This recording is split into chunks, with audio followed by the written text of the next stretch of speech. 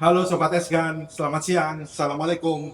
Selamat datang di acara perdana kita untuk podcast ESG Talks, yaitu suatu program dari Esgan atau singkatan dari ESG Association of Nusantara.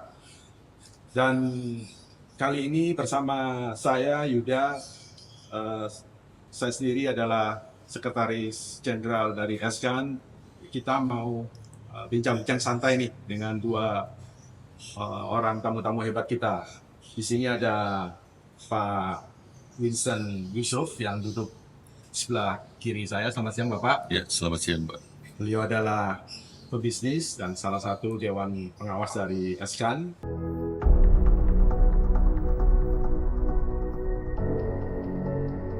Since establishment in 1983, China Non-Ferrous Metal Industries Foreign Engineering and Construction Company Limited.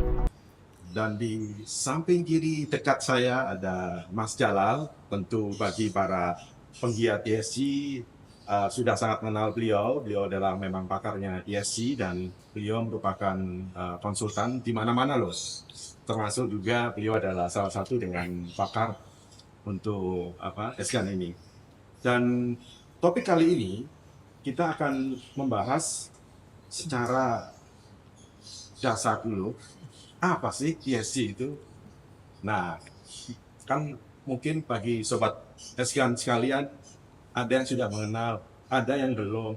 Nah, ini saatnya kita bincang-bincang bersama kedua tamu yang hebat di acara ini. Sekali lagi selamat siang Pak Vincent dan Pak Jalal. Selamat siang. Seperti yang sudah saya sampaikan tadi, kita mau diskusi santai nih selama 15 menit ke depan. Mungkin pertanyaan awalnya saya mulai dari Bang Vincent dulu ya Pak ya. Silakan. Menurut Bapak kira-kira apa sih yang dimaksudkan dengan ESG atau Environment, Social, dan Governance? Silakan Pak. Ya, terima kasih. Ya. Bagi saya, ESG adalah sebuah kerangka kerja bagi perusahaan untuk memastikan di dalam operasionalnya mereka benar-benar mengelola isu-isu lingkungan, sosial, dan tata kelola yang terkait dengan kinerja finansial perusahaan itu sendiri. Ini tentu saja tidak hanya akan berpengaruh positif kepada para pemegang saham, tetapi juga terhadap lingkungan dan masyarakat. Oleh karena itu, ESG sangat relevan bagi bisnis. ESG bukanlah sebuah beban, melainkan sebuah cara mendatangkan keuntungan dengan cara yang benar dan baik. Oke, makasih Pak. Mungkin kalau saya highlight sedikit di kalimat yang terakhir, jadi ESG itu bukan beban ya Pak ya, tapi mendatangkan cuan. Gitu ya Pak. Nah, sekarang kita beralih ke Jalal atau Mas Jalal. Saya biasanya nyebutnya Mas Jalal. Silakan Mas Jalal. Saya setuju banget dengan apa yang dinyatakan Pak Winston barusan ya. Kebanyakan orang di Indonesia berpikir bahwa ESG itu sama dengan keberlanjutan. Iya. Nah, sebetulnya tujuan dari ESG itu jelas dinyatakan ingin mendapatkan keuntungan yang baik, gitu. Dan bagaimana cara mendapatkan keuntungan yang baik itu adalah dengan mengelola isu-isu lingkungan, sosial, dan tata kelola yang material. Nah, material itu apa maksudnya? Material itu jelas kaitannya dengan kinerja finansialnya perusahaan. Nah, karena ini adalah cara untuk mendapatkan keuntungan yang baik, yang benar, maka dia itu mulai dari mindset tentu saja. Nah, kalau di Indonesia masih banyak orang berpikir bahwa ESG itu soal kepatuhan kepada regulasi pemerintah. Nah, sesungguhnya bukan. Ini datang dari apa yang namanya enlightened shareholder interest. Jadi kepentingannya itu adalah kepentingannya shareholders, atau diperluas seperti yang Pak Winston bilang tadi, perusahaan, shareholdersnya, bank, kemudian lembaga jasa finansial yang lain, investor di situ masuk ya. Tetapi untuk memastikan bahwa ini memang diperoleh dengan cara yang benar. begitu. Jadi bukan sembarangan mendapatkan keuntungan itu, dan itu artinya mindsetnya itu harus ditetapkan bagaimana mendapatkan keuntungan dengan cara yang baik tadi. Oke, Bukan semata-mata patuh pada regulasi. gitu ya. Ya, Nah, sekarang mungkin begini kali Mas Jalal. Bagaimana kita mendorong mindset seperti yang dimaksudkan oleh Mas Jalal. Kita dalam konteks ini mungkin bisa kita bagi 3 kali Mas ya. Pemerintah, terus yang kedua swasta dan masyarakat. ya. Itu gimana Mas? Ya tentu saja pertama-tama yang saya mau nyatakan Ya. untuk swasta dulu, Ya, begitu ya, ya. ya. Bagaimanapun swasta atau perusahaan Ya. itu satu-satunya As one of the earliest going global enterprises from China, represented project contracting capabilities of China in non-ferrous metal industry overseas. atau paling tidak salah satu di antara tujuannya itu adalah mendapatkan keuntungan. Ya. Jadi harus benar-benar melakukan apa yang perlu untuk mendapatkan keuntungan tadi. Ya. Nah, kalau saya mau ngambil contoh gitu, kenapa lingkungan sosial dan tata kelola itu jadi bermanfaat Ya. untuk perusahaan, bayangkan saja kalau perusahaan mencemari lingkungan misalnya. Ya. Apakah dia kemudian tidak akan didenda? Ya. Apakah dia kemudian tidak akan bahkan ditutup gitu operasi perusahaannya? Kalau misalnya mencederai hubungan sama masyarakat, ya tentu saja itu akan membuat perusahaan jadi rugi kan gitu ya. Karena apa? Ya bisa didemo terus-terusan dan kemudian tidak bisa beroperasi. Nah, jadi ketika kita bicara soal isu-isu tersebut dari sudut pandang perusahaan, ini adalah kepentingannya perusahaan sendiri. Nah, kemudian tentu saja pemerintah yang ditanyakan yang berikutnya, ya seharusnya itu punya berbagai regulasi yang sesuai dengan tujuan keberlanjutan pembangunan. Kalau regulasinya sesuai, maka dia akan mendukung upaya perusahaan tadi untuk mendapatkan keuntungan dengan baik dan benar. Oke. Nah, masyarakat sipil sendiri ada 2 lah fungsi terbesarnya ya. Yang pertama, dia bisa mengawasi, Ya. memastikan bahwa perusahaan itu mengelola lingkungannya dengan benar, mengelola hubungan dengan masyarakat dengan benar, hubungan dengan pekerja dengan benar. Di sisi yang lain, bukan cuma mengawasi, melainkan juga bisa berkontribusi dengan cara kolaborasi dengan perusahaan. Oke. Nah, ini kan hal yang penting buat masyarakat sendiri, karena produk dari perusahaan dimanfaatkan oleh masyarakat. Ya. Karena lapangan pekerjaan Ya. datang dari perusahaan, karena peluang bisnis datang dari Ya. perusahaan gitu. Jadi masyarakat punya kepentingan untuk memastikan bahwa perusahaan itu menegakkan ESG. Oke.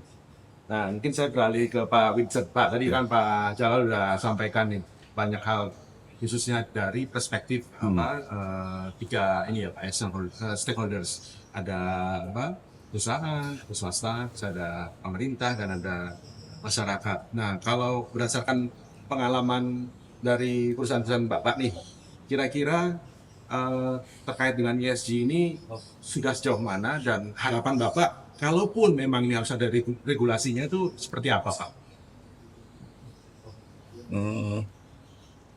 Atau mungkin menurut saya, maksud saya adalah sejauh ini apakah memang berdasarkan pengalaman Bapak ya, apakah ESG itu memang sesuatu yang masih di awang-awang gitu ya Pak ya, karena kan belum banyak sebenarnya yang mengetahui terkait dengan hal itu, khususnya dari perusahaan-perusahaan yang ada di Indonesia, karena pemerintah sendiri juga rasanya tidak terlalu sering ya Pak untuk mensosialisasikan pentingnya ESG ini.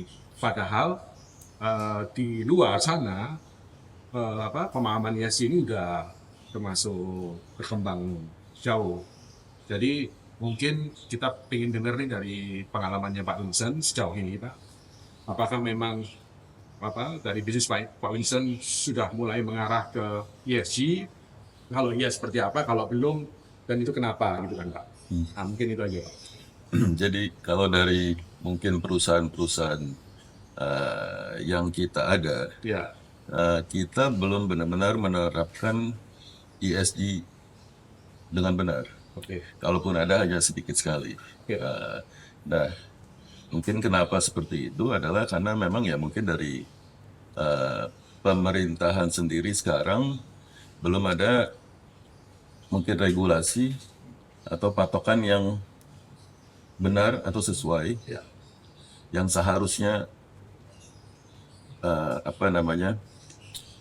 seperti mungkin di luar negeri begitu kita katakan ya, mereka sudah jelas, sudah ada standar yang jelas gitu. Jadi maka dari itu mungkin ya kenapa salah satu alasannya adalah asosiasi ini kita dirikan. Nah, mungkin Bapak sudah mengangkat tema terkait asosiasi ini, Pak ya. Jadi Sobat Eskan perlu ketahui, ini awalnya adalah ide dari Pak Wilson atas pembentukan asosiasi ini. Mungkin kita pengen dengar sedikit lah dari Pak Wilson. Kira-kira kenapa dulu Bapak punya keinginan untuk bikin asosiasi ini, Pak? Nanti kita lanjut ke Pak Jalal. Kenapa itu? Ya mungkin itu yang tadi saya sampaikan sebelumnya. Ya. Jadi karena menurut saya itu sangat penting sekali. Kayak tadi juga seperti Pak Jalal ada singgung bahwa ya kalau sebuah perusahaan ini dalam operasionalnya ini itu sangat penting kita untuk memperhatikan lingkungan, sosial, dan juga tata kelola perusahaan itu sendiri dengan benar dan baik, gitu, transparan segala macam. Ya. Karena saya dengar juga Bapak memiliki banyak kolega juga ya, Pak ya, dari berbagai belahan dunia, khususnya mungkin dari kolega-kolega dari perusahaan-perusahaan China dari sini ya, Pak ya. Nah, itu bagaimana Bapak melihat kolega-kolega Bapak dalam penerapan ESG yang mungkin secara sederhana dulu? Ya, jadi Ataukah mereka pernah sampaikan ke Bapak, bikin dong ini karena kita punya keluhan nih seperti apa? Nah, kurang lebih seperti itu, Pak. Gimana, Pak? Jadi kan mungkin Sobat Eskan kan pengen tahu juga kenapa sih kok Eskan ini bisa berdiri, dan kedepannya tentu harapannya akan lebih berkembang ya, Pak ya. Ya, jadi kebetulan memang banyak kolega-kolega saya yang mungkin dari luar negeri yang mereka mempunyai mungkin bidang usaha di sini. Mereka pun terutama mungkin yang di dalam bidang pertambangan begitu. Jadi mereka pun juga sebenarnya ya karena mereka orang asing, tentu saja mereka tidak terlalu mengerti peraturan di Indonesia seperti apa, begitu. Jadi dari mereka sebenarnya memang banyak ya mungkin bingung ya, gitu, dengan segala regulasi yang ada di Indonesia, gitu. Jadi kadang-kadang mereka suka terbentur di sana. Oke, Pak, terima kasih, Pak. Nah, ini tadi ada kata kunci nih, Mas Jalal. Bingung. Bingung. Nah, ini bagaimana nih, Mas Jalal, dalam menanggapi hal ini dari sisi perspektif Mas sendiri sebagai pakar? Oke, ya pertama-tama gitu ya, kalau bicara soal regulasi di Indonesia, saya malah mau bilang bahwa regulasinya kan nggak kurang, berlebihan gitu, regulasinya gitu. Dan itu juga salah satu yang membuat kemudian jadi sumber kebingungan. Mau ngomong regulasi lingkungan, regulasi sosial, regulasi tata kelola, sebetulnya banyak banget gitu, dan belum tentu dia mudah dipahami. Nah, jadi saya sependapat banget dengan Pak Wilson gitu, bahwa teman-teman dari luar negeri itu bingung gitu di Indonesia, dan organisasi seperti Eskan harusnya bisa jadi jembatan untuk itu. Apalagi tujuannya adalah tadi ya ESG sebetulnya kan ingin mendapatkan keuntungan dengan baik.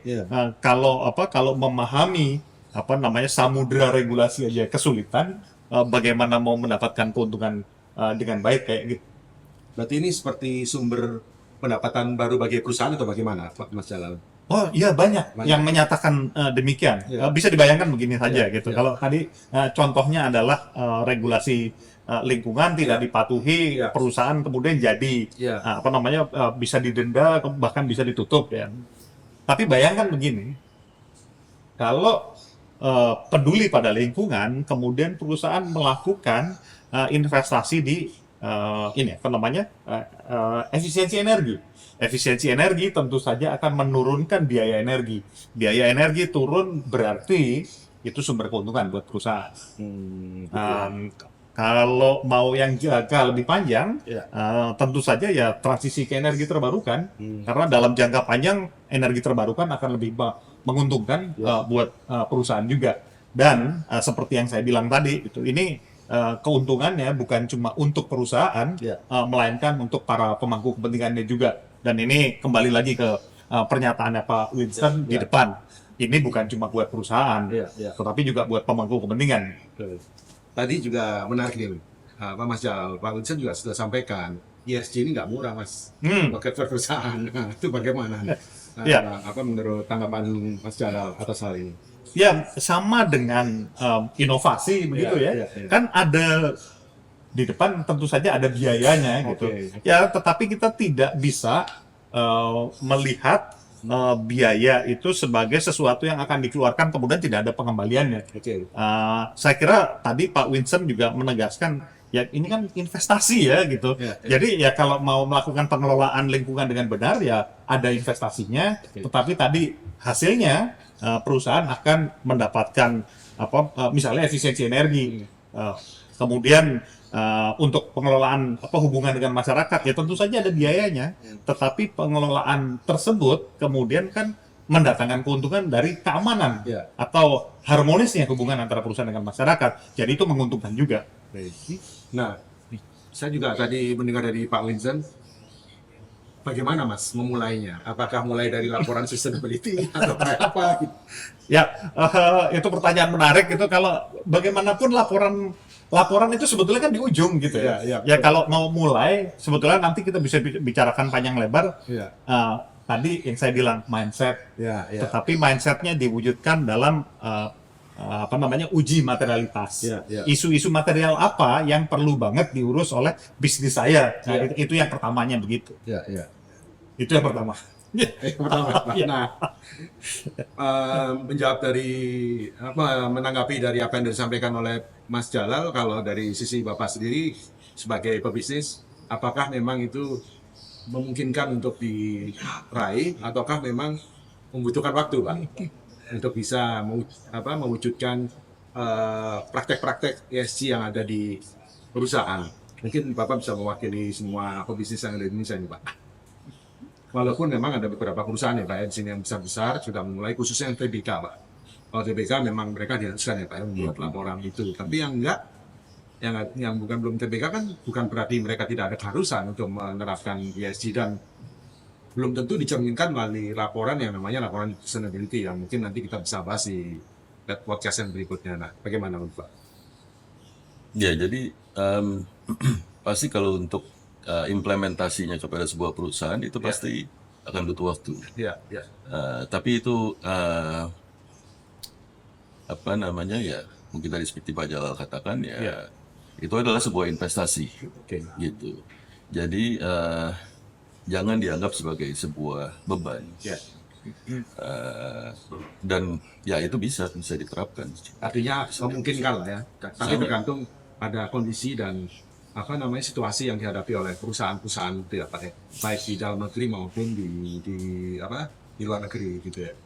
Nah, mungkin terkait dengan hal ini saya ingin dari Pak Winston maupun Mas Jalal, kira-kira ada nggak harapan gitu ya, mungkin kata-kata inilah semacam yang terkait dengan ESG, khususnya dari Bapak dari pebisnis dan dari Mas Jalal yang merupakan praktisi ya Pak di bidang ESG, yang bisa nanti kita sampaikan ke audiens Pak, kira-kira terkait dengan ESG. Jadi Dari Pak Jalal dulu. atau mungkin 2 atau 3 kalimat Pak Oke. menggambarkan tentang ESG ya. Saya mau menegaskan bahwa ESG itu kepentingannya perusahaan pertama-tama gitu ya. Jadi itu harus ditegakkan dengan logika bahwa ini akan mendatangkan keuntungan. Tapi mendatangkan keuntungan dalam ESG itu butuh waktu, seperti yang Pak Winston bilang. Ada tentu saja keuntungan yang berjangka pendek datang, tetapi ada yang mungkin butuh waktu lebih lama gitu. Jadi perlu berstrategi lah gitu dalam ESG. Pak Vincent? Ya, mungkin kalau dari saya Eh, ya mungkin kita butuh apa mungkin dari pemerintah dan juga mungkin dari para pakar-pakar ESG seperti Pak Jalal untuk membantu kita perusahaan itu eh, untuk karena banyak yang juga ESG ini kan sebuah sesuatu yang baru di Ya. Indonesia. Banyak yang masih belum mengerti. Betul. Gitu. Jadi ya. After years of development, we have established business in more than 50 countries and regions.